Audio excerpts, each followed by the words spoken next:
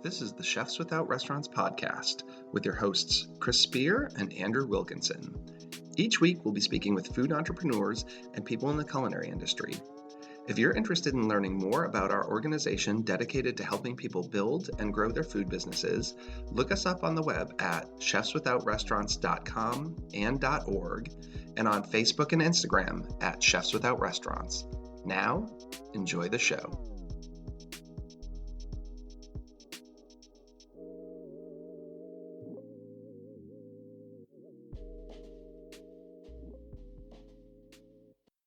This is episode 15 of the Chefs Without Restaurants podcast. On today's episode, we sit down with Jake Cline and Matt Tilman of Hometown Harvest Kitchen and Food Truck located in Frederick, Maryland. We talk about the challenges of running both a restaurant and a food truck, local sourcing and seasonal cooking and how it relates to the true cost of farm to table. We talk about cooking at the Great Frederick Fair, and we also talk Southern food, including grits and fried chicken. So please stay tuned for this great episode. And thanks again to Jugbridge Brewery, located at 911 East Patrick Street in Frederick, Maryland, for giving us a place to record this episode. Thanks and enjoy. All right, we're back with the Chefs Without Restaurants podcast. Today on the show, well, this is Andrew. And this is Chris. Yeah, I usually do that first. Today on the show, we have Jake and Matt of Hometown Harvest. Did I say that right? Is that right? Yep. Yeah, that's okay, right. Cool. All right. It's a local restaurant here in Frederick that just opened recently, and we can dive right into it. Do you guys want to tell us a little bit about what Hometown Harvest is and the whole concept behind that? Yeah. This is Jake. I'm the GM down there. So we did just open up in May, so we are still relatively new, and it has been definitely a little bit of a changing, little evolving concept. So we started out with more of a meat and three cafeteria style line, and a lot of that was due to kind of our food. You know, we wanted to make farm to table food a lot more accessible in Frederick, so that was definitely like one of the major goals of the restaurant, and just wasn't as well received as we thought. You know, downtown still is begging for like an experience. All the restaurants downtown, you know, are very not formal, but they are, you know, you're greeted, you're seated, walk through the menu a little bit, and it is a lot more of a full dining experience. And we just gotten some feedback that that's really what everyone wants downtown. You know, they'll go to fast casual in, you know, the mall or somewhere like that. But so we are changing a little bit. We're rolling into full service, but our main focus still is on, you know, making farm to table food accessible. So our ownership is South Mountain Creamery. They're a large dairy farm in Middletown, Maryland. So we get ton of stuff off of our own farm, all of our beef, all of our dairy, ice cream, all that stuff. Yeah, eggs, chickens, and they also act as like an aggregator for produce. So they source produce from tons of local farmers and make that super accessible to us. So that kind of cuts out that middleman as far as having to use or having to source produce from 20 different farmers and have all the time that it takes. We go through our produce buyer who's done that work for us. So, you know, we're using that network and using all of that backbone and just changing the concept a little bit. Very cool. Do you guys find that you have to source some stuff? I mean, I guess I'm assuming that most of your key ingredients are being sourced locally, but do you have to source things otherwise? I mean, there's some things that we do source as locally as possible. Seasonality has a lot to do with that, so we do use as the seasons change, then we change to where we can get it from. So, for instance, potatoes and onions, you need those all year round. As the farmers have them when they're in season, absolutely, I'm pulling them from the farmers locally. I'm using those. But when the onion season is over, let's say, and the local suppliers have sellers dry up, then it's kind of a problem that we've run into recently where we have to find another supplier.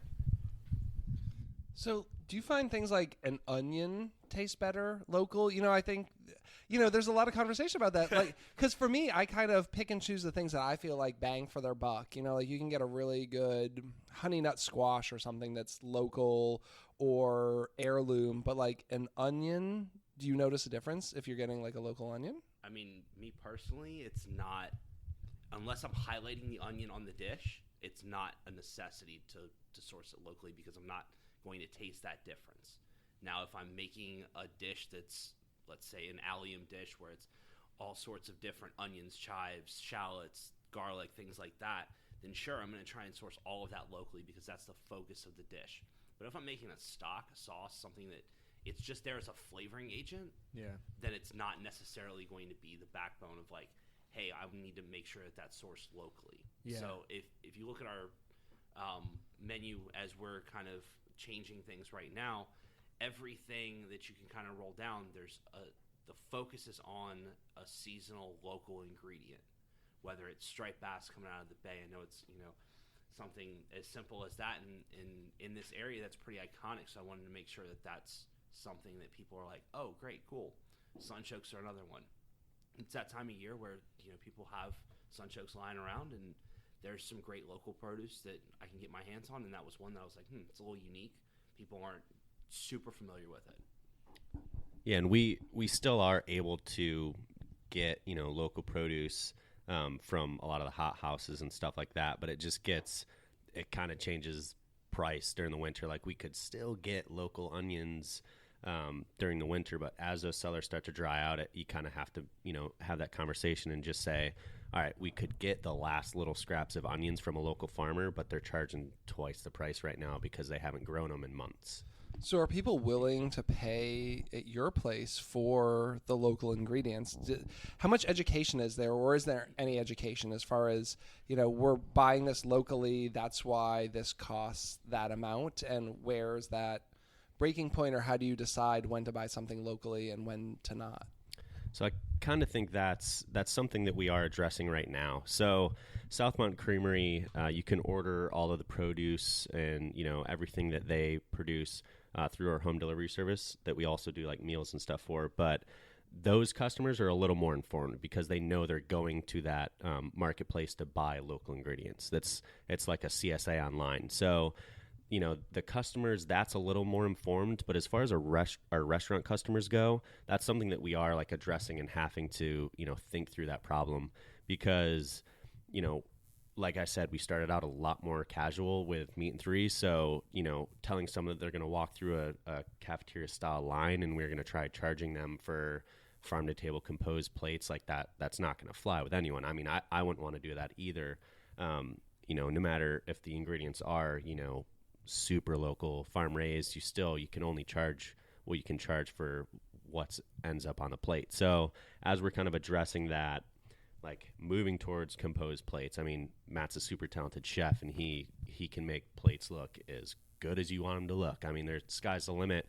So I think adding value there, you can walk through like, hey, this looks gorgeous, but also the ingredients on this plate are super high quality. They're coming from XYZ farm that is right down the road. I think that conversation's going to be a lot easier for us once we do make that switch and have, servers and, people there to talk through that. Is that something that's written out on the menu? Like when you have an ingredient, is it written on the menu where it comes from? Definitely. Yeah. Not every single ingredient is going to be spelled out. Right. No one wants to read a book, but at the same time, especially like main item ingredients, like if we are, all of our beef's from our farm, so we always name that, like this is like local beef, but also, we have a burger on the menu we call it the local farm burger. So every single item on that burger is local. So the buns are baked in Leon Bakery in DC. We get a delivery at like 6 a.m. every morning of bread that was baked that morning. The beef's coming off our farm. The cheese, we send our milk to a local co-op that makes our milk into cheese. The lettuce is grown in a hydroponic farm. We're getting kohlrabi that's grown up in Walkersville. We turn that into bread and butter pickles. We make a red onion jam with onions from 78 acres. So that is one of those onions that, they sell our onions and onions sell her well, as long as it's not too humid out. So we still get onions and turn it into a nice red onion jam. So how much, it sounds like you're reimagining the restaurant after just recently opening. So how much marketing do you have to do towards that? Like what's that look like now that you were known for the Meat and Three cafeteria style and now you're trying to do a 180 on that? What do you guys have to do to get that out there. Have you gotten there yet? Is there a marketing plan? I mean, there's some marketing plan for it. A lot of it is right now driven by social media. I personally will take pictures of things, put it up on our Instagram page, pass it on to our Facebook page, things like that. As a large scale announcement, that has yet to be made as of today, but it is in the works.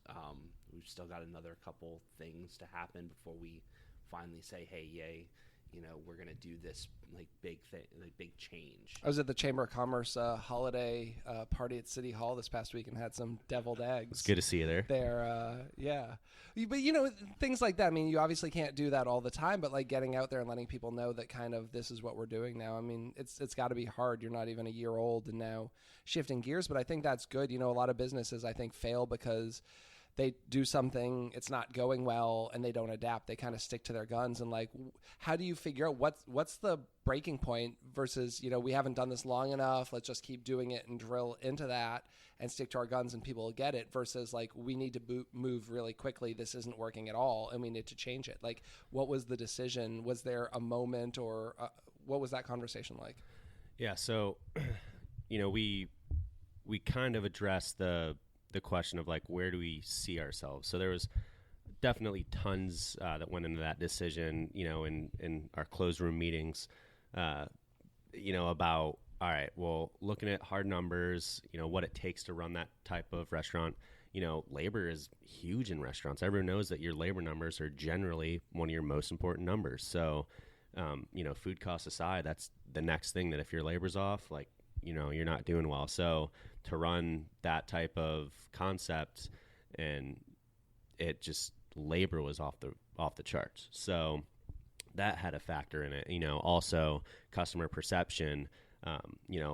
Matt and I take pride in what we do, and if we're seeing that, hey, we really can't keep the level of quality that we want to doing this style of service, that was a big thing, because if we're going to put out super local stuff, take a ton of pride in prepping it, and then it's just not really going to hold well on a line, that was a pretty easy decision of hey, we can't really keep the quality. Maybe that should have been spent a little more time in planning. But at the same time, there was a lot that went into that decision. Not only just customer feedback, we definitely heard a lot of people that were just not stoked about the concept, just, off the bat. So it's definitely been a process to change. We're still working on plans right now, still, working through some things that need to get done, but, getting there. As Jake was talking about labor costs, food costs was another issue. The amount of food that we were throwing away, just because obviously you can't set food out on a buffet line or, a hot holding line for 8 hours, 9 hours, 10 hours at a time, turn around, cool it down, and then serve it again. So if we're getting stuff locally, a lot of times those local farmers don't have mass quantities. So if I can get 15 pounds of turnips, let's say, those 15 pounds of turnips may only last me a day. What am I going to do the next day? I can't reuse them. They're garbage at the end of the shift, or after an hour sitting on a hot holding line, they're not going to be nearly as good. So that was part of our focus, was how do we get rid of this waste? How do we still serve a high quality product? So then we went to our next kind of evolution of a counter service restaurant, where we were plating things up. You were ordering from a cashier, kind of like you would from, say, Panera or McDonald's or something, where you're going to sit down and they're going to walk you your food. Mm-hmm. It may not seem like a whole lot to a guest, but on our end, the amount of food that we were able to cut out of in waste was just drastic. Makes a huge difference. I would say that I think the concept that you guys had before is a cool one, but it takes a lot of volume. You know what I mean? You need a lot of people walking through that door, a lot of foot traffic around your area, and your location, while it's right near the main downtown strip in Frederick, is still a little offset. And I would say even I used to work at Black Hog. I was the smoker at the one on 26, which isn't a downtown area at all, right? And that was their first. That was how they opened initially. It was kind of like a line you walk through, and it worked kind of at lunch, the flow of it was nice. Right, because people want to come in and grab something quick and then leave. Exactly. But then I had left, to move down to Baltimore and start my pizza business and do whatever else I was doing. And then when I came back to visit one time, they had changed the whole concept up. And I mean, you guys probably know of Mike. Like he's pretty savvy. Right. He's got a few restaurants around here. And I mean, he just I asked somebody about it. I asked the manager, and he was like, "Yeah, we had to change it. I mean, that's not what people want around here. People want that sit down experience. They want to sit at a bar, and they don't want a cafeteria style." Right. What you're talking about is exactly what we were, getting from our customers, and we had to kind of make that change if we wanted to survive.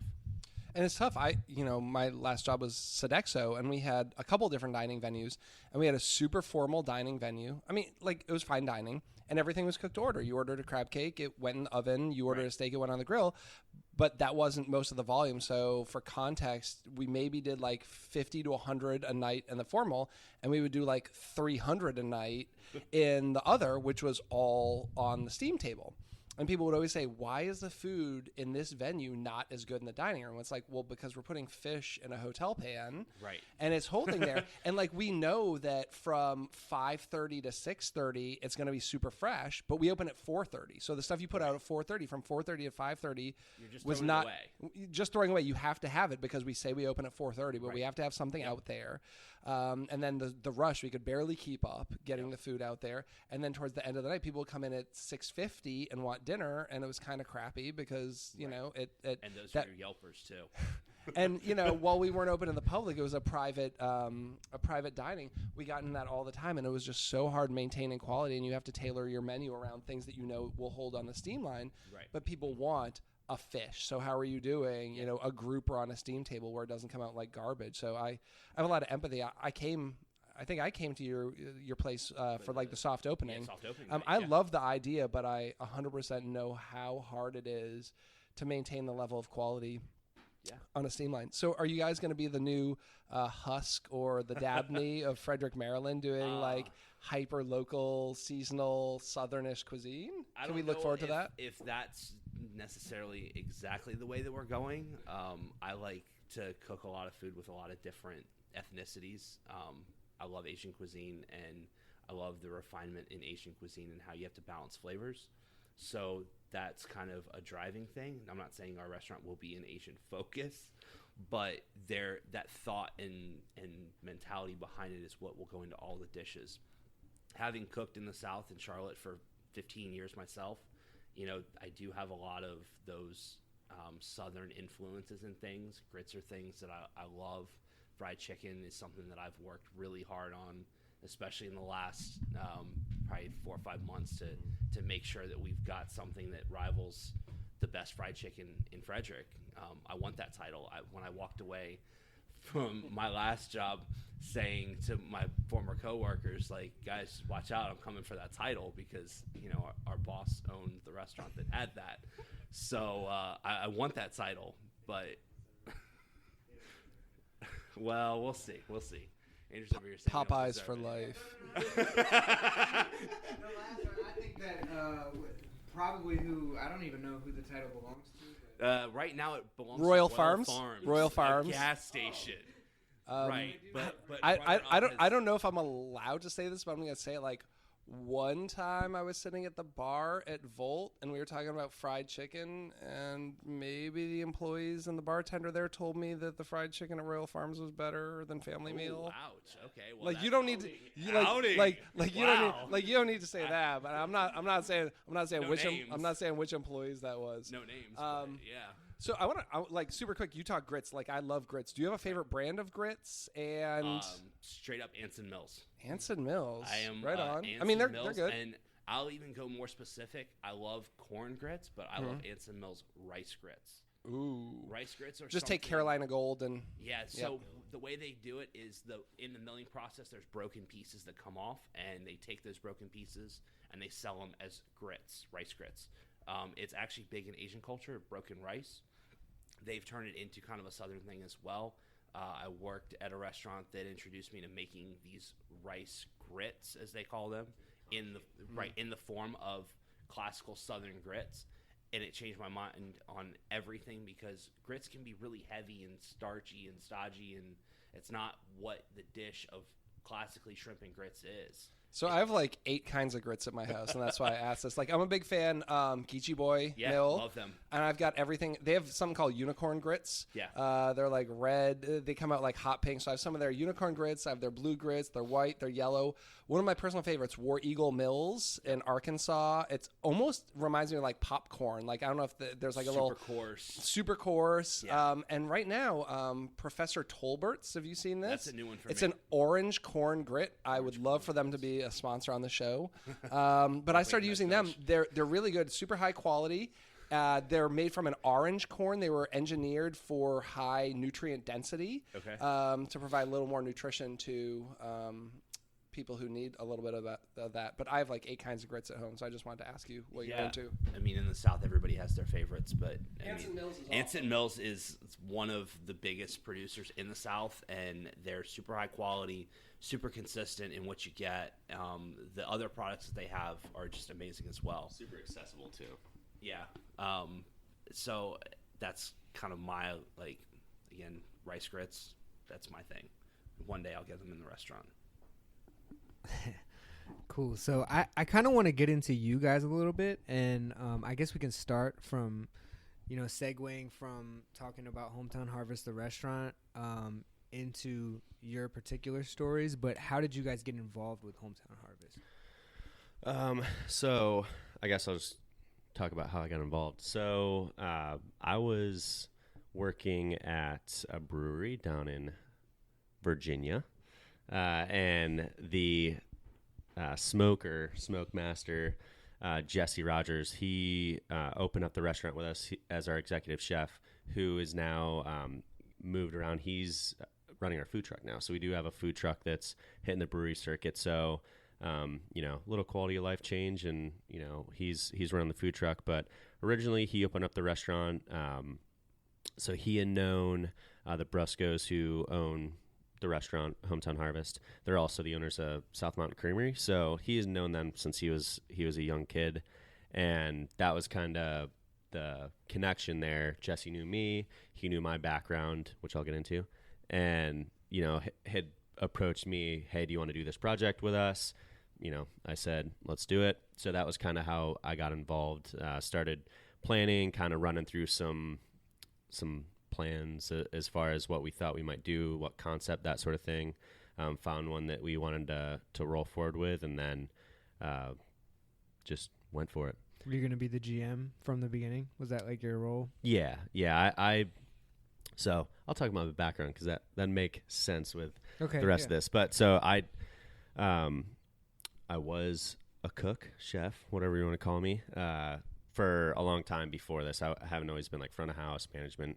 So cooking since I was little. My first job was in my uncle's bakery in Arkansas. He had a bakery in a super busy tourism town, Eureka Springs. It was awesome little like Swiss village in the Ozarks.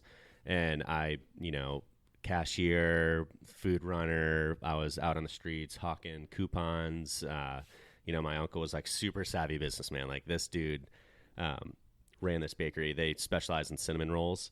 So it was like CC cinnamons. It was heavy breakfast. So, he taught me how to make the best cinnamon rolls in the world.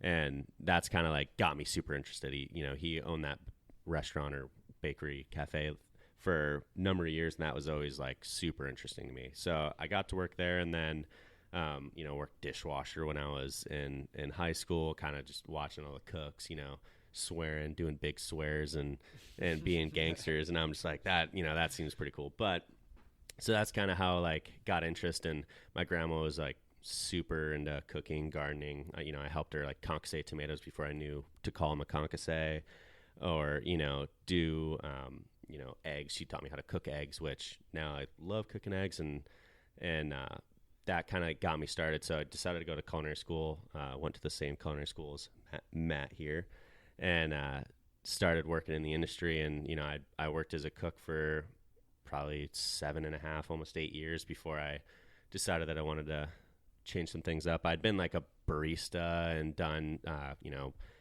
working in coffee shops and doing some other like part-time gigs to supplement a line cook salary. So I got out of it, took a little break, and then got into beer. So I started bartending at a brewery, and with background is like working in a lot of restaurants and, managing people, stuff like that. Like I'd had management titles in kitchens, not necessarily front of house, but started moving up and ended up, as a manager, events coordinator, social media marketing, running some of the programs. So I have a lot more experience managing back of house. I definitely have a decent bit of experience managing front of house, but that was kind of like why I was brought on board, is that I understood a kitchen a lot more than, say, a lot more of the front of house managers. And we were more heavily focused on a kitchen. It's not full dining experience. So that was, one of the reasons, one, that I felt comfortable. I've worked in tons of restaurants, but as far as managing front of house, it has been a pretty high learning curve as far as me running front of house. But because most of my stuff's back house. Sounds like you're the right fucking guy for the job. I'm making it work. I'm not scared of any challenge. That's one thing that with adapting, I definitely have. I feel like I've done pretty much anything as far as I've worked in restaurants, clubs, hotels, coffee shops, breweries, probably a bunch more things. Well-rounded. Yeah, I've worked in shipping and receiving. I loaded tractor trailers full of food for a year because I was burnt out. But I've done a bunch of things, so I bring all that, and then also, I put a ton into learning as much as I can about. All right, well, if I don't know how to do something, like I'm the first one to listen to a podcast about it, read a book about it, Google it, and just dive in research. Any, quote unquote free time that I have is spent making sure that I'm ready to do that job as best I can. So, Hell yeah. Awesome. How about you, Matt? How did you get started with Hometown Harvest, and then maybe give us a background story like Jake did? I don't know if I can top Jake's. But, That's okay. Just do your best. So I basically just was getting tired of working in a fine dining restaurant here in Frederick. Was looking for a quality of life change and decided that I needed something else. And I was the sous chef at a very popular fine dining restaurant here in here in Frederick called Volt. And decided that, it was time to leave and time to do something different. And I saw that they were looking for something at this little place called Hometown Harvest that was getting ready to open up, and decided to take a chance. And that's where I met Jake. And like you said, we went to the culinary school in Charlotte that was called Johnson & Wales, that a lot of people. We got 3 Johnson & Wales alumni here at the same table. You guys are Wildcats, is that right? Yes. I'm a Griffin, so we'll you Wildcats, like, that's new school. Right. Like Griffins, like I ain't down with like some Harry Potter shit over here. What we lack in sports teams like wait, Providence Paul, has, we make up in our culinary program. Ouch. Did you guys even know that we used to be the Griffins? Like, Yes, is that a I thing? actually Do they teach you that lore? They that like did. back in like '97, they're like, nah, we don't want to be Griffin. They used to tell this story, like, super sidebar. Like, there was like the Griffin is. The Griffin is like what, 3 parts? It's like part eagle, part lion, part vulture or dragon or something like that. And they're always like telling us this story, like, well, that represents Johnson Wales. Like, we have the College of Culinary, the College of Hospitality, and the College of Business. It was like 3 things coming together as one. Right. And then like 1997, they're just like, fuck all that. We're gonna be Wildcats. Yeah. Right. So I actually have all this Griffin memorabilia at my graduation party in '98. After we transitioned to Wildcats, we had a party and we burned all that shit in my backyard. Oh. We have like videos of me and all my roommates and Wow. friends. We lit a fire and burned all of our Wildcats gear. So quick side note there. Oh, right. Fuck Wildcats, like I'm saying. But Johnson Wales. So Jake and I had a mutual friend. She was a cook that I worked with down in Charlotte at Emerald's restaurant that is now sadly since closed. But we worked together. Jake saw that on my resume and was like, hey, let me give her a call. And she gave me a good reference. I don't know why. Mediocre reference. Okay. I still don't know why. But anywho, that got me at Hometown Harvest. I've been cooking for almost 15, 18 years now. Started out in kitchens with my mom and my grandmother, just kind of baking cookies and things like that. And I was kind of, I guess I'll admit this finally, I was part of the first generation of people, I guess, that like I saw Food Network and I fell in love with like watching people on TV. But my thing was not like I want to be famous and I want money. I like the idea of hospitality and sharing love and things like that through food and cooking and that sort of thing. So seeing those people, kind of like it all made sense for me at that point. So I started hopping in kitchens. I've worked for two very well-known chefs, Emeril Lagasse and Brian Voltaggio. Both of them have done amazing things for my career, taught me a whole lot. But it's also been the hotels and the private clubs and things like that. Ballantine Hotel in Charlotte. The Ballantine Hotel has an amazing fine dining restaurant called Gallery Restaurant, which I was the CDC of for a year.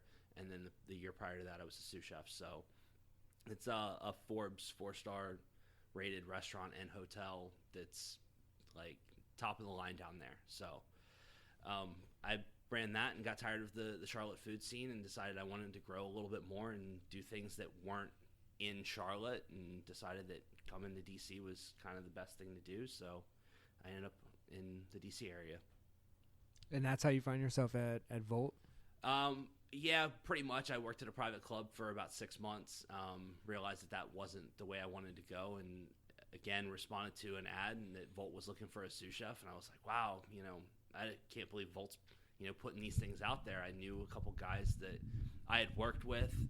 They had connections to Brian and Michael, had worked with them when they were coming up in the Greenbrier, and for years had known about them, and it was like, oh, hey, like this could be an opportunity. Brian got a hold of my resume, and they brought me in for a stage, and the rest is kind of history. What year was that? Like, when did you come on, and who is the chef? I mean, Brian's obviously the chef, but who was running the day-to-day at that time? I came on in 2018, January of 2018 I came on. The CDC at that time was Dan Kennedy, who's now the CDC at Estuary, which is Brian and Michael's new spot down in D.C. We just had Chef Lowe on the podcast last week. He's currently at Estuary. Okay. And I love Dan. Like, I've told people, I've been to Volt a lot of times. Actually, my wife and I accidentally crashed their opening party the very first night before they were even open to the public. I used to live downtown. But last November, we celebrated an anniversary at Volt, and Dan was there, and it was like probably one of the best meals I ever had. Like, yeah. Brian is amazing. I love Volt.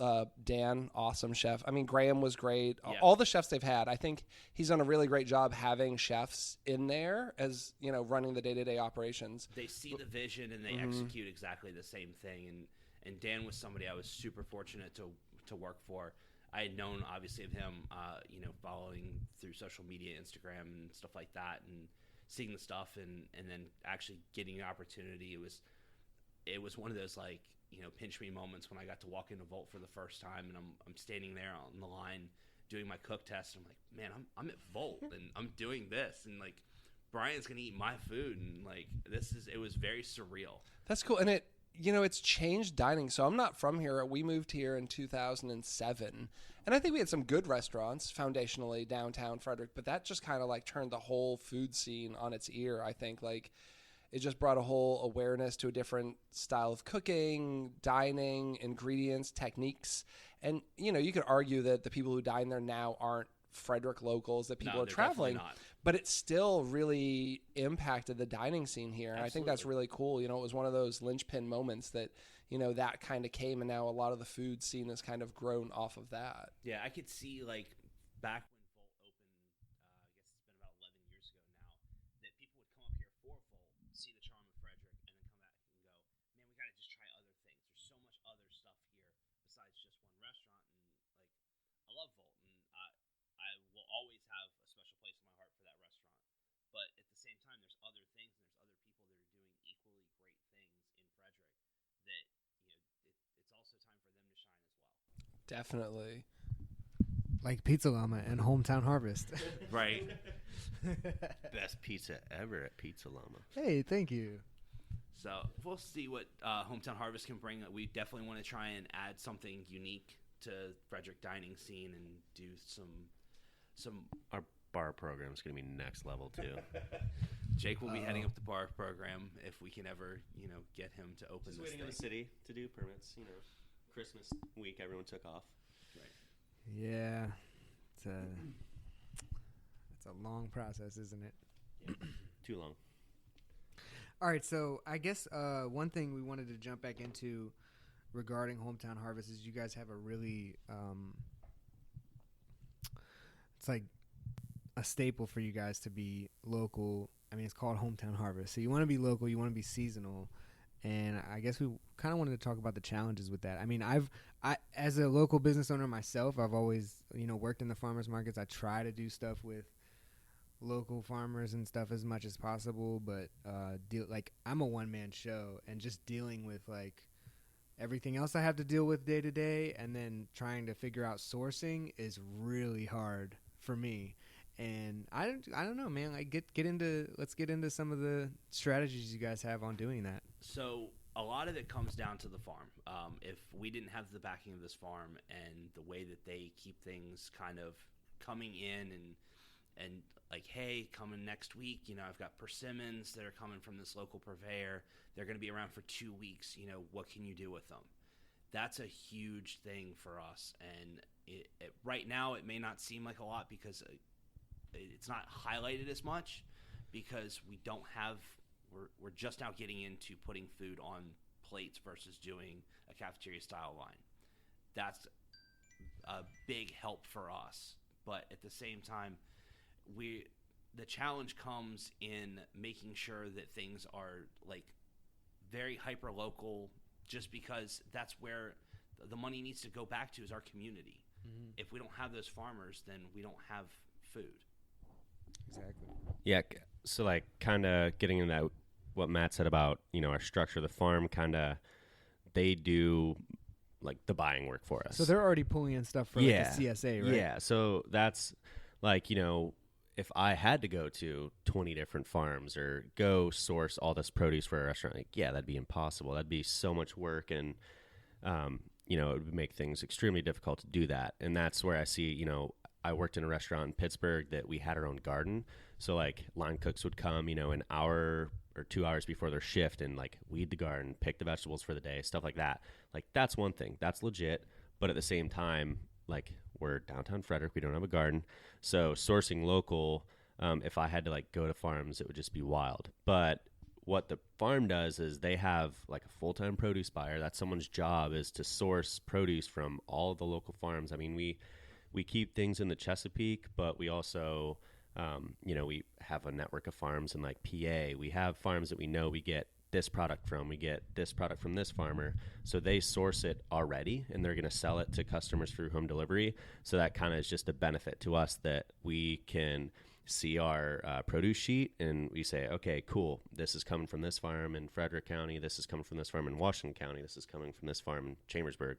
And, we have a produce list that's already sourced for us. It's already priced out, at bulk prices, because instead of buying, hey, we might need a case for our restaurant, the farm bought a bin. So they get a bin price and we can buy it at the bin price. So it keeps our food costs to keep those local items on our menu like better than if I had to buy a pound of radishes from a farmer's market that are going to be priced at retail price. So, and how dedicated to local are you? Like, would pineapples, bananas, things like that, like, do you have a place to do like a banana pudding on your menu or a pineapple upside down cake, or do you just say like, well, that kind of stuff doesn't grow here? Because you have guys like Spike at Woodbury Kitchen who Right. won't use lemons or whatever because we don't grow lemons here in Maryland. Like, how Right. much, where's the line on that, and what are you guys interested in? Like, because pineapples are delicious, Pineapples are delicious, for some people, not me personally, but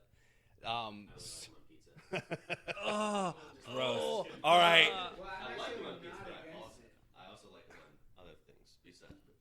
All right. So that's a whole other side thing that we can go into later. So in our delivery service, home delivery, they do things like cut fruit that you can buy. That at that point, sometimes seasonality kind of goes to the wayside because people want cut fruit year round, and we will serve, like right now we're doing pineapple, cantaloupe, grapes, kiwi. Mm-hmm. Yeah, all of it's coming from the East Coast, for the lack of better terms of like locality. But I'm not going to highlight something if it's not in season. The seasonality is first, and then behind that comes the locality of it. If I can get it locally, then I will. So what is something seasonal like in Florida per se? Do you mean seasonal here or just seasonal in what we can bring in that I look at it isn't as out of the way? seasonality in general. Okay. So right now, citrus fruits and tropical fruits are technically seasonal. Yeah. So we're gonna start doing a lot of like citrus in salads or citrus gastrique for a fried chicken that we're doing. But obviously, it's not grown in Maryland. Mm-hmm. It's coming from Florida. It's coming from, Peru for some of this stuff. But it is as close to us as we can get it. We're going to source it. So I heard this really cool concept. I forget where I heard it from. I wish I could shout whoever it was out. But they were talking about supporting local and buying local, Right. and not in the sense of like hyper local where it's like we're in Frederick, Maryland, we can only go like 60 miles, maybe a little Right. bit of Pennsylvania, a little bit of Virginia, mostly just Maryland, right? But you can get something from Peru, you could get something from California, like Right. if you need avocados, go to Mexico, but are you supporting somebody who's independent and local there? You know what I mean? That's Rather than just an buying it interesting from a concept. huge corporation or something like that. But you're still supporting local. It's just not necessarily your locale.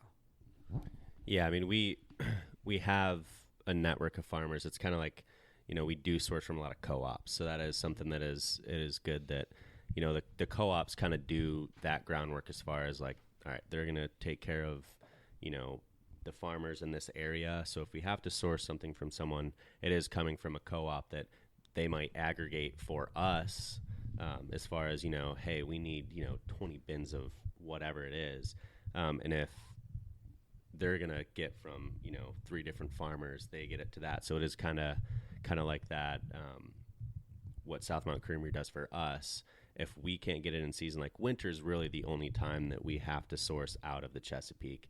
And that's we still source stuff, but, when in peak season, like we are hyper local because everyone's grown up here. It literally just comes down to climate. So when we do have to source outside of the Chesapeake Bay Area, it does kind of go into those like, all right, so who's growing it? We do try and obviously still source like the best quality we can, but it just comes down to all right, October we start going down the coast a little bit. All right, we're getting things from Virginia. All right, now we're getting things from North Carolina, small farmers. All right, now we're going to South Carolina, still getting small farmers.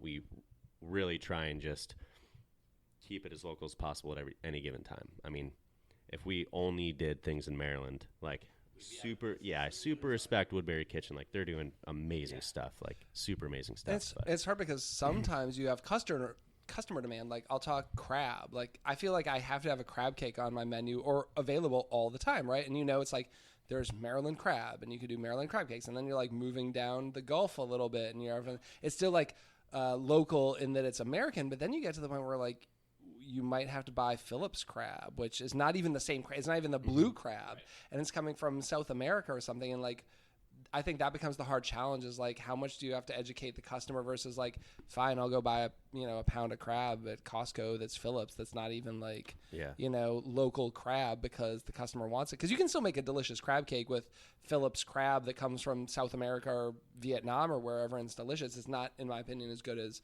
Maryland blue crab, but sometimes you have to make those calls, and that's something that I do. What's your thoughts on that?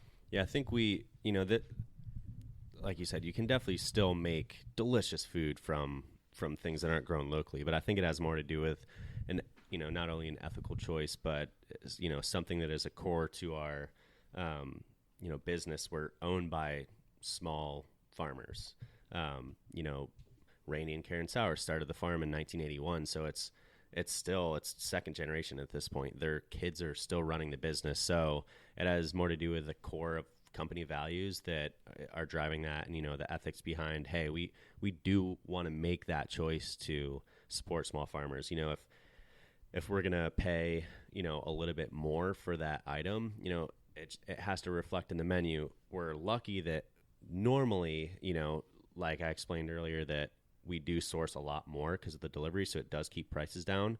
So we don't have it a lot that we do have to charge an exorbitant amount to keep it local. We are still fortunate that we can have extremely reasonable prices for the quality of food we're putting out, and continuing that into when we are doing like full service. We're still going to be keeping the prices reasonable with making those choices, making like a choice to keep things, keep sourcing things from local farmers, even if it's more expensive. So you're unique because you have that relationship. Do you think it's possible if tomorrow I were to open a restaurant and want to do the same thing as you?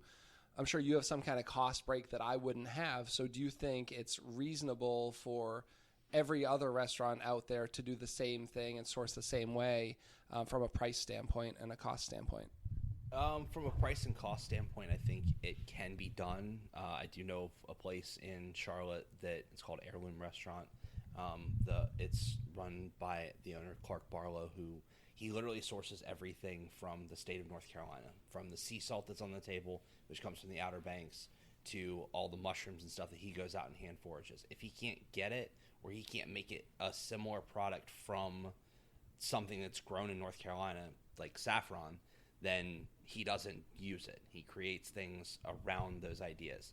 Somebody like that can do the same type of thing in a fine dining scale, then I think it's definitely possible for anybody to do. Yeah, I think it's definitely possible, like Matt said. I also think that you can make that choice a lot less based on food quality. Like, there's great food grown all over the country. I mean, California has an insane amount of huge farms, but they also have an insane amount of really small, awesome farms because they have one of the best growing climates. But so, I don't think it's necessary.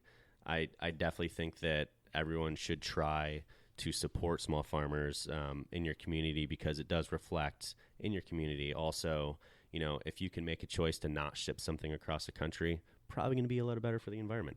That's one thing that, if you're looking at shipping costs, looking at impact of shipping on just the climate, like, it's usually a better practice. If you can get it closer, it's going to impact things a little less. And it's going to be fresher. Yeah, exactly. I mean, you get something from a farm that's shipped from California, like, all right, it's picked one day, it might be wrapped, washed, whatever is done to it, done on, day 1 or 2, and then it's got to drive, and then it's going to sit in a warehouse. Like, yeah, you have to spray things more. You have to try and protect things more, cover fruit in wax if it's coming across the country. Like, you just there's so many benefits to getting local that aren't just, cost or supporting the economy. I mean, it's not always going to be better quality if you get it local. That I'm not saying that everything local is always better. Like, there's the oranges coming out of Florida right now are way better than anyone's going to try and grow them anywhere in Maryland. I mean, right, I'm not making that argument, but it just comes down to, there's so many other benefits, not just, ecological or environmental cost wise, but I don't think it's totally necessary. I'm not I go to tons of restaurants that aren't sourcing super local. It's just one of those things, like, if you can do that, it will make an impact. And the more you can support local, the more you can just make those choices, especially as a consumer. I think that'll just be overall a benefit to our area, whatever area you're living in. Yeah, it's conscious eating right there. Yeah, exactly. I kind of wanted to ask you guys about the food truck that you have in association with Hometown Harvest. I mean, I'm a food trucker myself, so I'm curious to hear, like, was that an initial investment that was to be made when the concept came about, or was it an afterthought that you guys were like, this would probably be a good idea to get in on? So when we, a little backstory on Hometown Harvest. So Southmont Creamery runs a meal delivery service that you can get delivered right next to the milk, eggs, dairy, all the other stuff.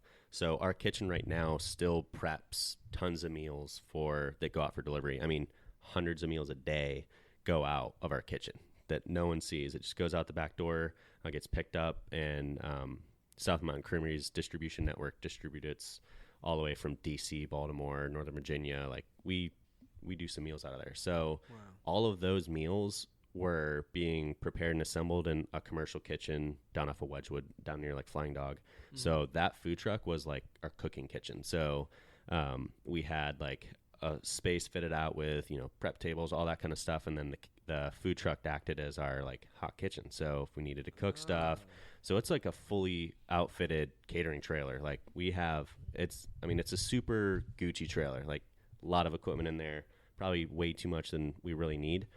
That's how I feel about my food truck. Yeah, so that's like we had the trailer, or South Mount Creamery had the trailer. It was once we moved in the restaurant, so we continued that business out of our kitchen. So we're still preparing those same meals. We're still doing all the salads, all that stuff. Now I mean, you I have think an open food truck. yeah, and then it's like, oh well, we have this food truck. I mean, Cool. I have lots of friends in the brewery scene from managing a brewery in the area. So, and also I love networking. You know, that's one of the things I really like is making new connections. So reaching out to other brewery owners, winery owners, people looking to have events. So that was kind of something that I felt I was pretty decent at. So I thought I could do it.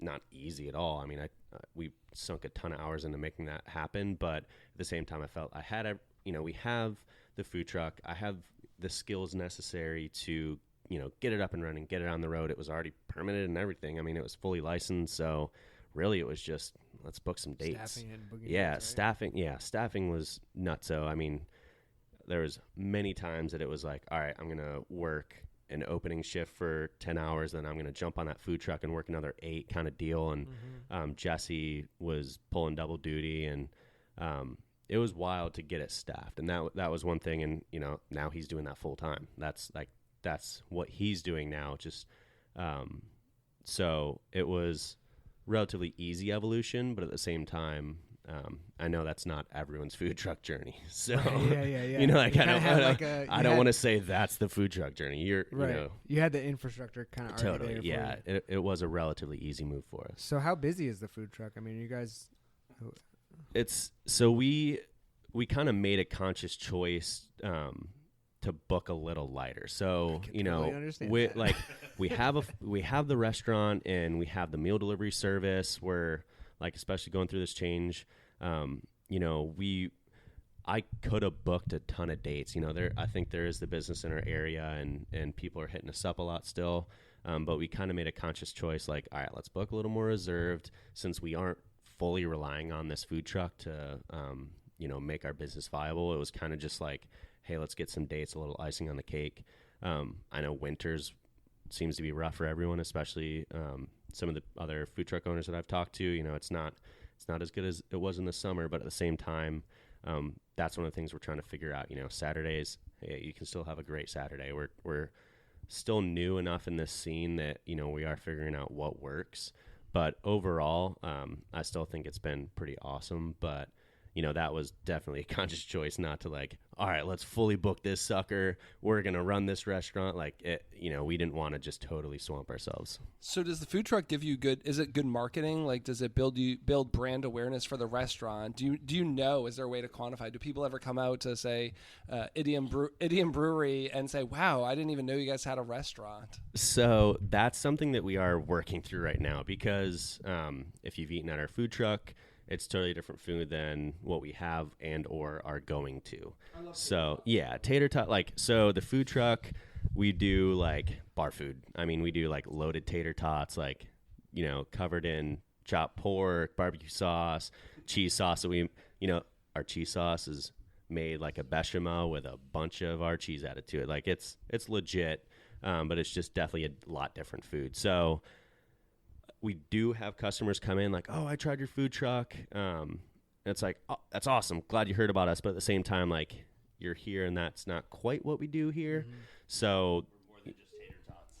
Yeah. So, that is something that's like, all right, it's doing marketing for us. But at the same time, we just want to make sure that that communication between, oh, I had you guys at this brewery, I was drinking some beers and had, some tater tots, or we do like a fried chicken sandwich on the truck and stuff, but we just want to make sure that the customers that are eating that food also get a realistic picture of what we have at the restaurant. So that is something that we are addressing right now, and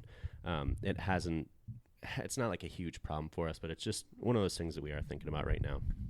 I mean, a lot of places have high and low. Like, if you just thinking of Volt, Volt and Family Meal, I think, could not be further apart in kind of what they're doing. So there's a lot of room to kind of have the high end and the low end. Do you guys do any marketing for the restaurant on the truck? Like, do you have menus or something when people are there that they can look at? Or, Currently, we don't have any menus just because we are going through the different changes and things are changing very quickly.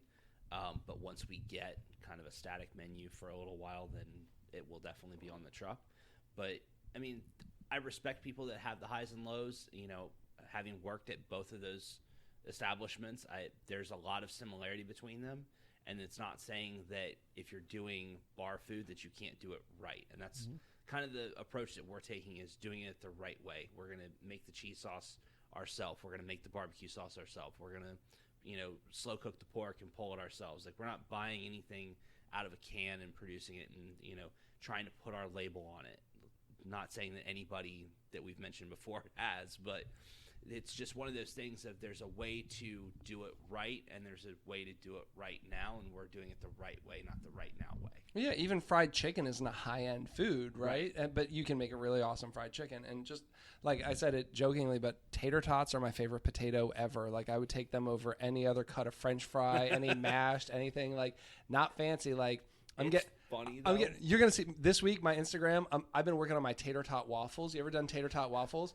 So I'm doing loaded tater tot waffles with queso scrapple and chipotle tequila salsa. So that's going to drop on my Instagram this week, because I just love that food. I'm not fancy.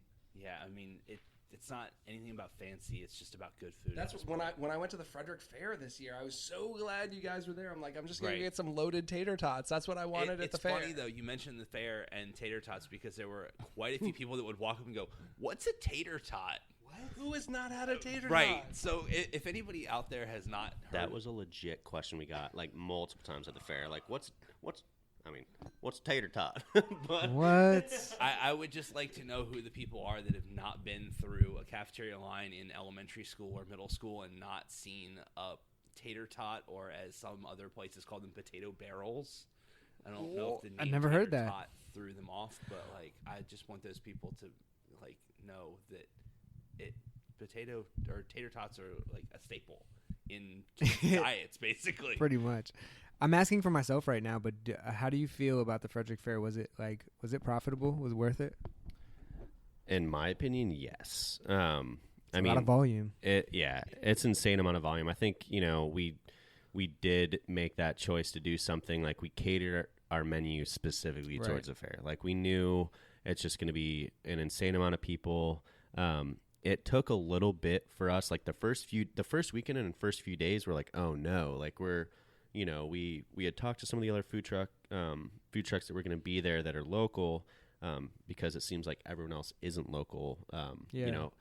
Everyone knows they're going to go to Hampton get barbecue. They're going to go to different spots. It's like, it's just it's just JB's. It's kind of the thing, like, oh, we're going to go to the fair. We're going to get, this food from this person, this, whatever. Mm-hmm. So it was kind of like we were fighting an uphill battle for the first few days, because it is a decent vendor's fee that you pay. I mean, it's a lot of money you have to shell out to be participating.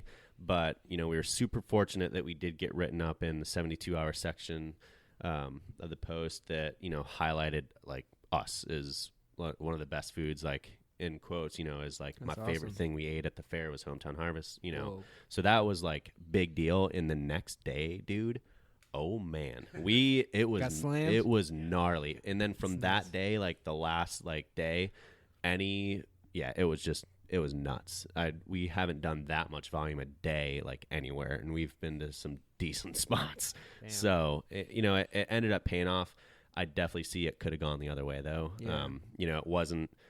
It wasn't like we showed up and it was just, all right, let's start printing money at all. If people hadn't caught on that we were there, because it is a lot of people that aren't familiar with what's going on in Frederick too, that were coming through. So for us, it worked out. I could definitely argue the other way. If someone was asking me about it, I could go both sides as far as whether or not, you should participate. It's definitely something that we're going to try and do in the future for sure, just because it ended up being a really good experience for us. And as far as people coming back, hey, maybe we'll be that spot, like, oh, we got to get these, tater tots at the fair or whatever it is. So hopefully I can get a spot right next to you guys. I have a very special idea for the fair for Pizza Llama. That'd be legit. I'm not gonna release that on air right now, but I think you guys would be pretty excited about it too. It'd be really, really cool to see a local food truck alley. I mean, I was something thinking like we that. could all get together and rent like a 40x40 Yeah. and have our own food court. You know, something And all that's those like, out of town vendors would be super pissed. But oh, fuck 'em. totally. I mean, that's like, I've talked to some of those out of town vendors that were like, that's the thing. They travel, you know, one dude was like super cool dude, but he would go to like dead shows. He's been doing this since he was like little, dead shows, and just kind of like just followed like music and did like fairs all over the country. So that's like what they do, but also it'd be super cool to see like Pizza Llama right next to Hometown Harvest, right next to traditional authentic Mexican food, like Boxcar, like everyone lined up. Sorry if I didn't name you. Most of the food trucks are pretty awesome. Yeah. But, you know, if we were all lined up and it was like a spot that everyone could go, you know, support the local food truck scene, I think it would be awesome. Hell yeah. I'm excited about it. The years past, I've been like, no, fuck the fair. I'm not doing that. Screw that. But then and honestly, if I think about just doing my product, wood-fired pizza there, I still don't really want to do it. But I have something up my sleeve, so thinking about that. Sick. Who else? Traditional authentic Mexican was there. Were they and you the only ones food truck wise locally who were there? I can't think of anyone else. So. Yeah, I think so. I know. Like we definitely talked to Korean and Herbie, the owners of traditional authentic Mexican food, before. I've known them for a while. Actually, they were at the brewery I was at for a good bit, so I've known them for a few years, and we talked to them before getting into the fair. You know what to expect because they had done it the year before, and they were there. And I'm not like, sorry if I'm forgetting. Dutch's Daughter. They had their food truck there for the first time. I never even think about them for their food truck. Do you know anything about them? Is it like relatively new? Like how long they've been doing honestly that? think they might have done that for the fair. Yeah, because I don't think see that was them. Like they don't go out to breweries or wineries in the area. I think that was the first thing they did. From what I know, they've been doing that just kind of as their catering thing. So the fair was the kickoff for it. It's like, hey, come look at us. Now we have this. But mostly they just use it as a mobile kitchen. Mobile kitchen type thing. They're not really out there booking spots like we are, but it's one of those things that they're trying to just kind of get it out there. And from what I understand, speaking to somebody else that was on the truck that day or that week, it was not as smooth as they had expected. So I imagine it's kind of a hot mess working at the fair. Yeah, I mean, you have to. It's a long day, long hours, but the other thing is, you have to kind of pander to the people that are there. You guys were also in a good spot. You were right near the liquor tent, if I remember. That was a very good spot. So that was the nice thing. Like we could go in and get some local craft brews and cocktails, and you guys were right there because it is a hall. That place is huge, and like walking all the way to the other end. It was not the worst thing being like 30 feet from McClintock's booth. Yeah, I can see that. How did you guys get the good spot? Was it chance? I was think it by that chance? was a luck thing. Yeah, Tony Brusco, their South Mountain Creamery's ice cream truck is one of those spots that like everyone gets ice cream at the fair from South Mountain Creamery. So they had a little bit of, I mean, they're a big sponsor of the fair this year. Their logo, and fortunately our logo, was plastered everywhere. So that spot, it was kind of one of those like, is this a good spot? Is it not a good spot? Because it's really not on the main like drag of traffic. Everyone thinks like, oh, right next to the beer tent. Totally. But if you were there at the fair, the, you know, major routes of traffic are on the inner circle, and that's actually in the outer circle. So it ended up being a very good spot. It's not like the best spot at the fair, but it's also kind of one of those things like people know, oh, you got to go here for this. It's here. You know, you kind of think of a map, and it's, right, but when you go around like those people who are looking for specific things, like I'm not sure exactly where you guys are, but knowing what I know about the fair, if people wanted to go to Hemp's Meats, that's the strip they're going on where you're at. You know what I mean? But the main drag's where all the rides are and all that shitty food. Yeah, all the funnel cakes. So and everybody who's the same 6 lemonade stands. Exactly. So it's almost like everybody who you really want to come out. Yeah. You might not be getting the main traffic, but everybody who you want to see and try your food is ended up being kind of cool because like that, you know, that strip of space there that they had, it did have a couple like of the smaller, you know, it was one dude's first time doing, it was a different taco truck that I'm not super familiar with, but I think it was like, you know, his first time there too. I'm totally going to blank on it, but think he's local, but that was kind of, it's like, oh, all these people like trying this out on this strip, and it was like right next to the beer tent, right next to the Maryland Craft, beverages building, it was super tight to be kind of close to that, just because it is like, I know a lot of those people in that building. All right, there's Flying Dog there, so like Bryn was working that booth. I know him. I know the guys at McClintock pretty well. Milk House, like there was Dave at Smoketown, like he was there, so it was kind of cool that they could also like, hey, if you like our stuff, like if you're looking for some food, I know those guys right out there. That's Hometown Harvest Kitchen. They have a restaurant in town. They're cool. Go support them. Go check that out. And I know for a fact that they definitely did that, because we had a lot of people, oh, I grabbed a beer at, inside there, and the guys at Smoketown sent me over here, or the guys at McClintock sent me over here. So that was super cool to, we were fortunate to have those connections and to have them send us over, because it was, you could see it, you could look out and say, oh, that's a truck. Yeah, so. That's awesome. Hell yeah. Well, today we got these guys here on a time constraint, so we haven't taken any breaks, and I'm just going to go straight into our speed round. Unless there's anything else you guys want to touch on, or you, Chris? Cool. So we're just going to hop straight into this speed round on the fly. If you really want to elaborate, you can. I might even ask you to, but I'm just going to ask you a bunch of questions, and you can answer them as fast as fucking possible. Ruh-roh. What? What's it? Oh, I figured maybe I'll ask the question and then... we back and forth? Yeah, like you'll answer it and then Jake will answer it. Okay, yeah. Cool. So what's your favorite tool in the kitchen? Ooh, mandolin. Okay. A fine mesh conical sieve. Ooh, that's a first. I like that. All right, what's your favorite food to eat? Sushi. Oh, man. Sushi's a good one. Like... Yeah, I don't know. I'll crush sushi, but yeah, I don't know. So sushi, I guess sushi too by default. Okay. Now that it's in my head, that's all I can think about. I'm like, man, I want some sushi. All right. You guys should answer this separately. I was gonna say maybe together, but if you had all the money, what's the first position you would hire back of house? Ooh, I'm gonna hire a dishwasher actually. Because they're the heartbeat of everything. Everybody says it's the line cooks, but dishwashers are it if you can't get things like plates back to you, can't get saute pans back to you, if your glasses aren't clean for your guests, silverware not clean. Like, those are the guys that they're in the trenches literally every day. They're the ones that I actually take care of the most. Yeah, you need a good dishwasher. And you, front of house? Front of house. Or it doesn't have to be, but first position you need. Who do you need right now? Well, who do I need right now? No, what do you need? Servers. But okay. I think, there's tons of positions front of house too, but like servers, if you have a good server, it will kill it.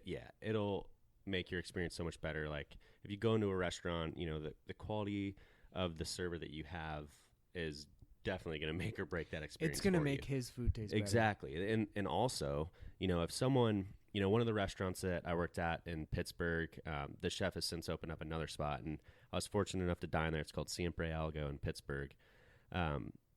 Every time they drop a plate on your table, they explain the dish. Every single customer gets the dish explained in a short but eloquent manner. So, just having someone that has food knowledge, if someone sets something on a plate and then there's a question and the server doesn't know how to answer it, like, it's not going to be as good of experience. Or they brush it off.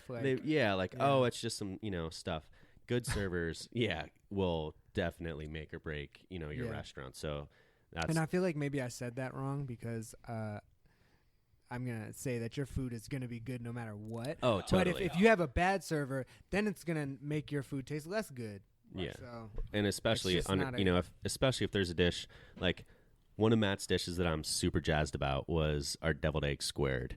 And I know, Chris, you tried those at the chamber event. But so I'll let Matt explain them. But that's one of those dishes that if you get like a walkthrough, it kind of blows your mind when it hits your table because you just ordered deviled eggs. But, the server kind of like walks you through it, explains the process of how it's done. And then you're like, oh, crap, like that's super cool. But it kind of takes that walking through like, yo, check this shit out.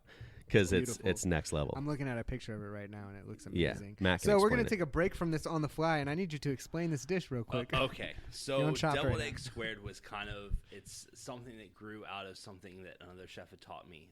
Basically, you take a square silicone mold, you spray the living shit out of it with pan spray, you crack an egg into it, season it, and you put it into a water bath and you bake it.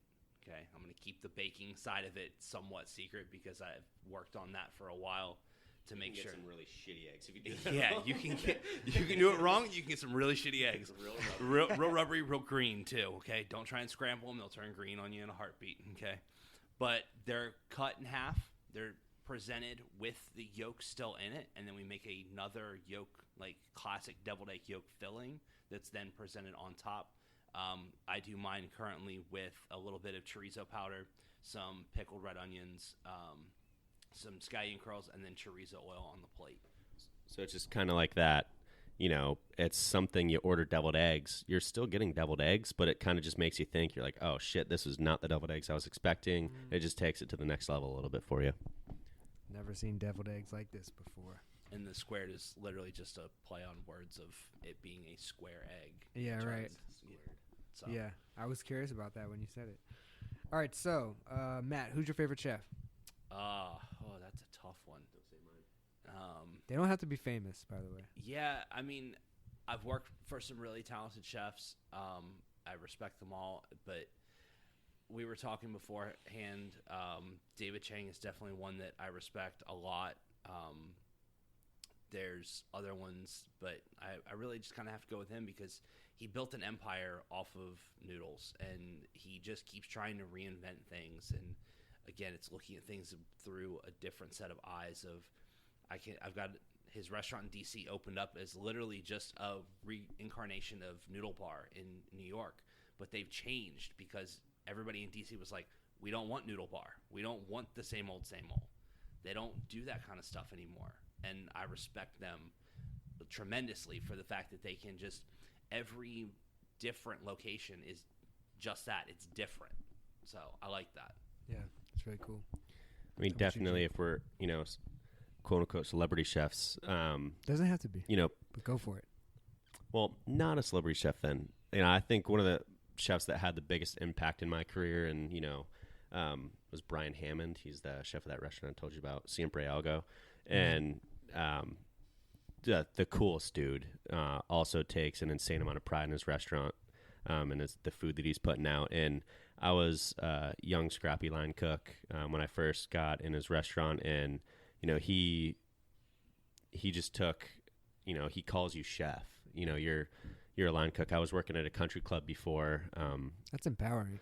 Yeah, he calls you chef, and he kind of explained it to me. I was up there, and he opened up like this crazy 2005 Camus from his cellar for me. Like he just takes care of his people, and he calls you chef not only because he respects you, but he also says, if I respect you, you're going to respect what you're doing. So he was just like the best mentor chef.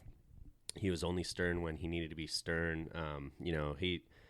He's just, I could go on and on about this guy, but yeah, he's a favorite for me for sure. Shout out to him. Yeah. Was it Brian Hammond? Brian Hammond at Siempre Algo in Pittsburgh. Awesome.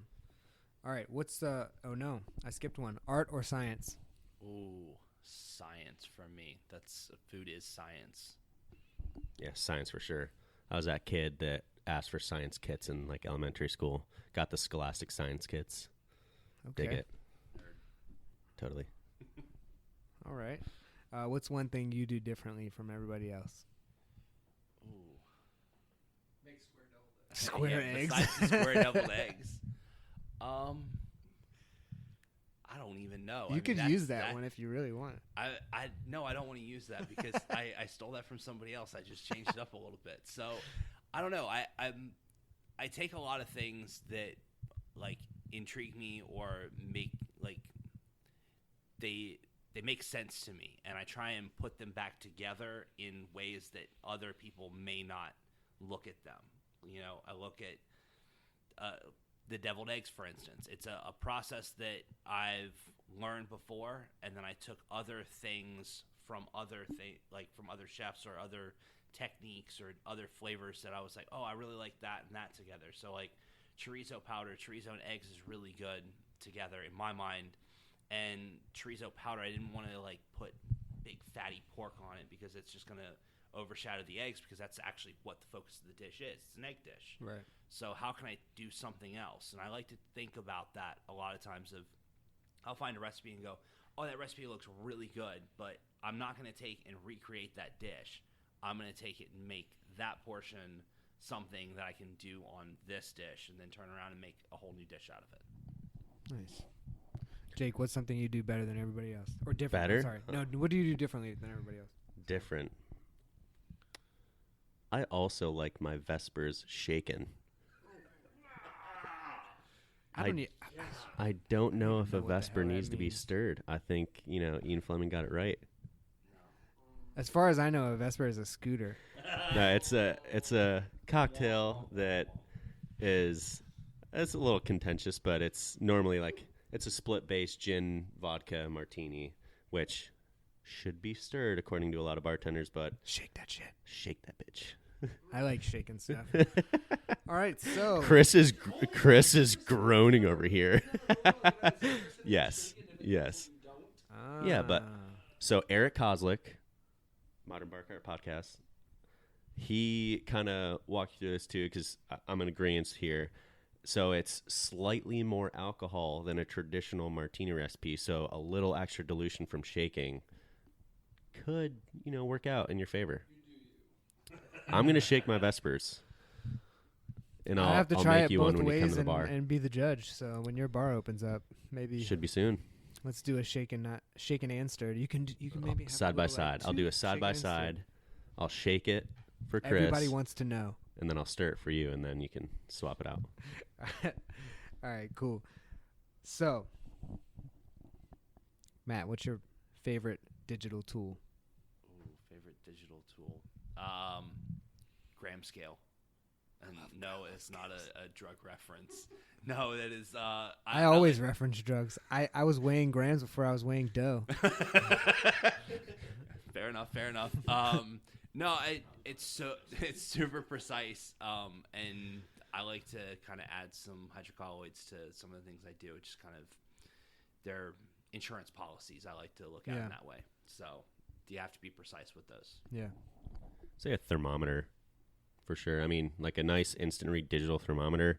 I worked a steak station at Country Club up in Pittsburgh that, I was cooking like ridiculously expensive dry aged steaks for people that were paying an absorbent amount to eat there. So it's like, I'm just going to go ahead and temp this sucker. So, I still use a thermometer when I'm cooking things. It's like, why not? Don't be a tough guy. Just temp your shit and make sure it's perfect. Yeah. I know I can cook a steak without temping it and make it accurate. Like, great, good for you. But also, I can temp it and be 100% sure that it's going to be perfect every time. Right. Yeah. Everybody. Matt's shaking his head because he uses a cake tester. Oh. Yeah, I like the cake tester method. I don't even know what that is. So instead of using a thermometer, you stick a cake tester in it, and you let it sit there for a second, and then I like to use the back of my hand. Other people like to hold up to their bottom lip, because then you can. Oh, so you're still really checking for temp? Yeah, I'm checking for temp, but I'm not getting an actual So you're doing the same exact thing, sticking a metal probe into something, but just not being as accurate. Why don't you just stick something metal that tells you the temperature of it on a digital readout? Pride. Well, no, it's not pride. No, that digital readout takes longer. It's instant. It's called an instant read. Still takes 3 to 5 seconds. Okay, I have more questions. Let's move Sure. on. All right, recommend a book, or it can be a podcast. Does it have to be food related? No, not at all. Okay. Actually, I'm gonna go something food related, because I actually stole this from Jake. I saw it sitting in the office the other day, and I was like, "Ooh, Tin fish? No, not tin fish. Gross.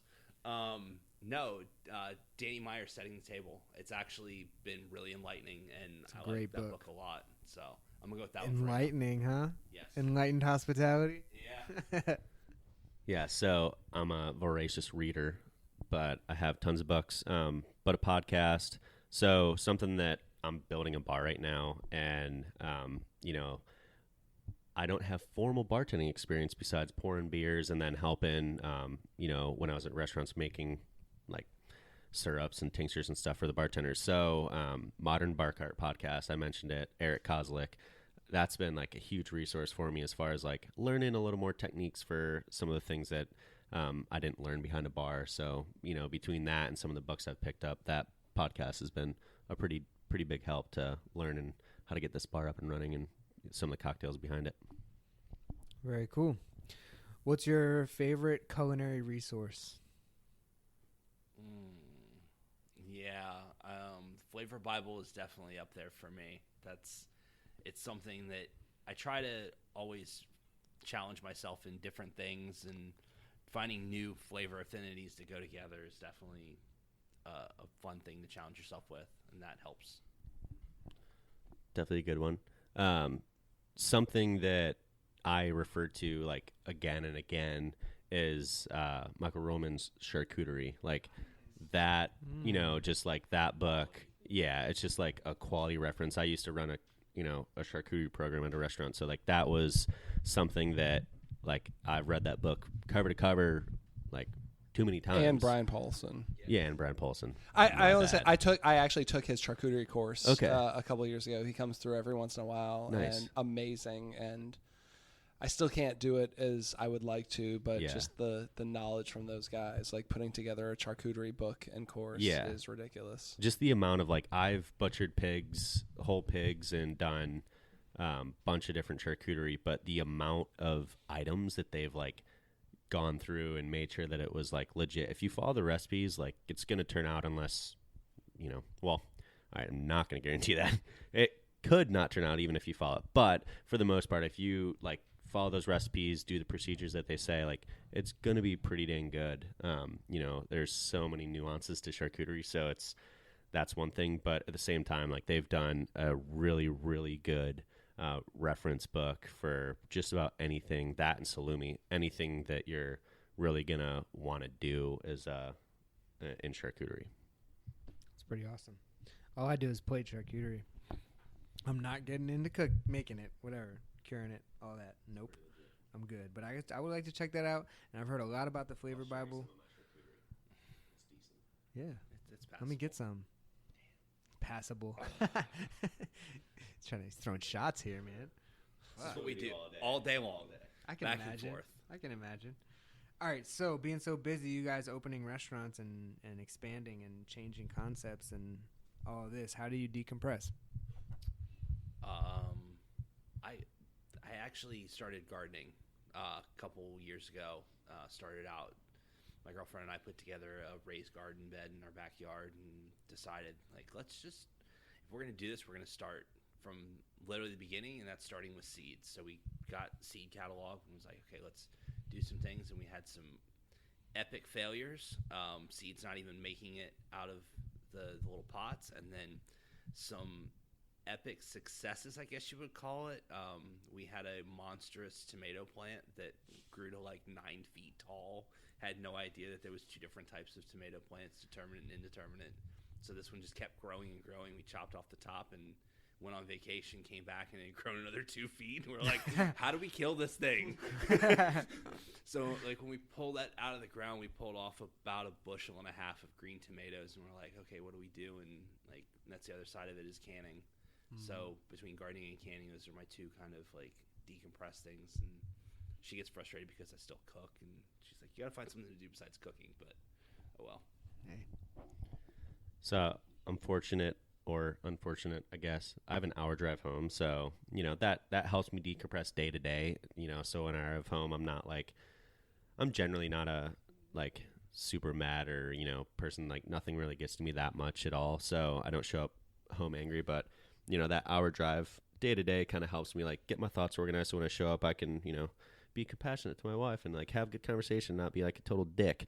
But as far as like decompression from like if I've been working a ton, I just get outside. I love hiking. I've been backpacking since I was little and stuff. So going for a nice hike, there's so much in our area. Go smell some clean air and get a little workout in while you're hiking. Oh yeah, that's one of my favorite things to do too. All right, so what's the best meal you've ever had? L'Atelier de Joel Robuchon in Paris, 2011, I think it was. Yeah. Chris's over here sticking his pinky up at me. It was a mind-blowing experience. We got to sit at the way they do their restaurant is it's all kind of like a chef's counter, basically. Mm-hmm. No one ever serves behind you. It's always across from you. You can see the whole kitchen. It was the first like fine dining restaurant that I could really remember going to where I was nervous to go eat. Like I knew I was going to go have a great meal, but I was like on my P's and Q's of, making sure that I didn't do anything that was passe or whatever. I didn't want to piss off the server of like, oh, this snotty American. No, that's not exactly how I wanted to be represented. So I went in there and had the tasting menu and was just blown away. It was delicious. That's awesome. Oh man, that's a toss-up. I've eaten at so many good restaurants, not in Paris, but we can all live like that. But I ate at Le Cochon d'Or down in Hot Springs, Virginia. Who Matt has actually worked for that chef, and I found out that I had some mutual chef friends. It was just the whole dining experience was awesome. It's a super tiny, intimate restaurant. They're cooking on some open fire. They only use cast iron. It was a super off night, off season. So it was him and his wife running the restaurant, and that was super cool.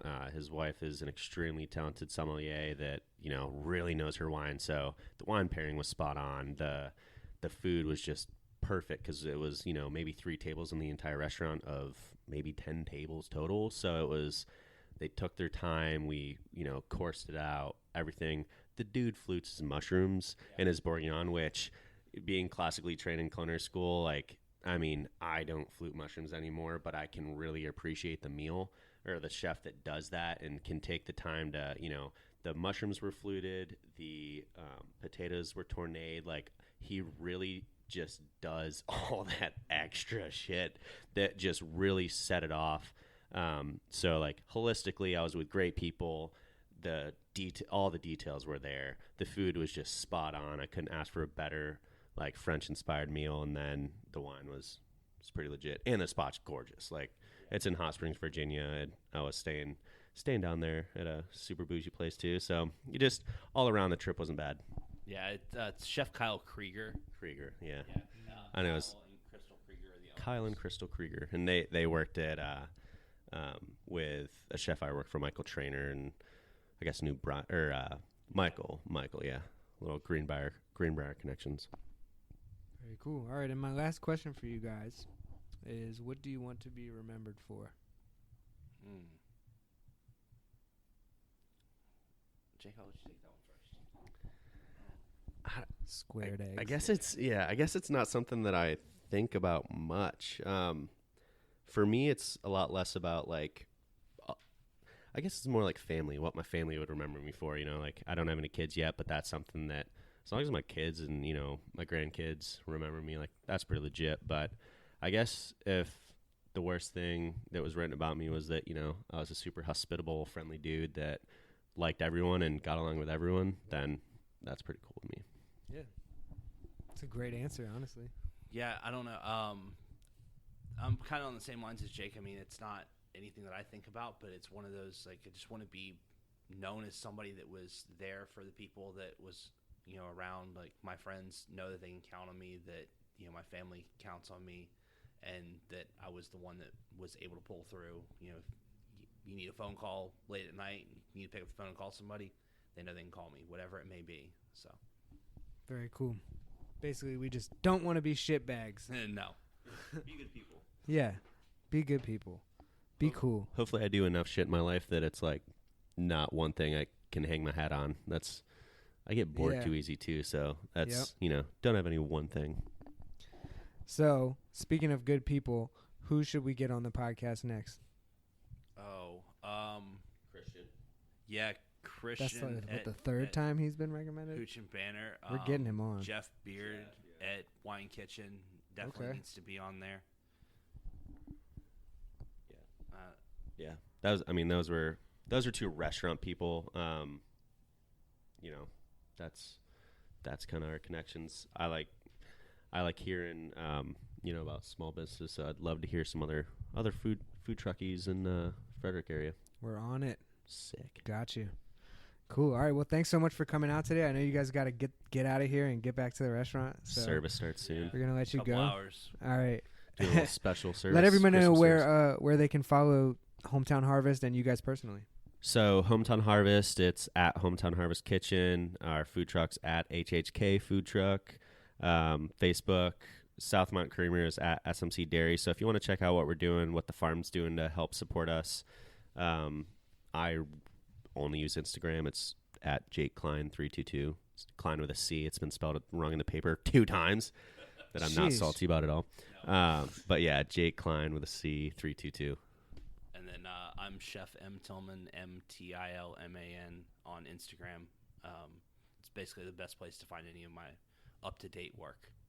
Yep. It's the best place to find anybody now. It's the best place to find Chefs Without Restaurants at Chefs Without Restaurants.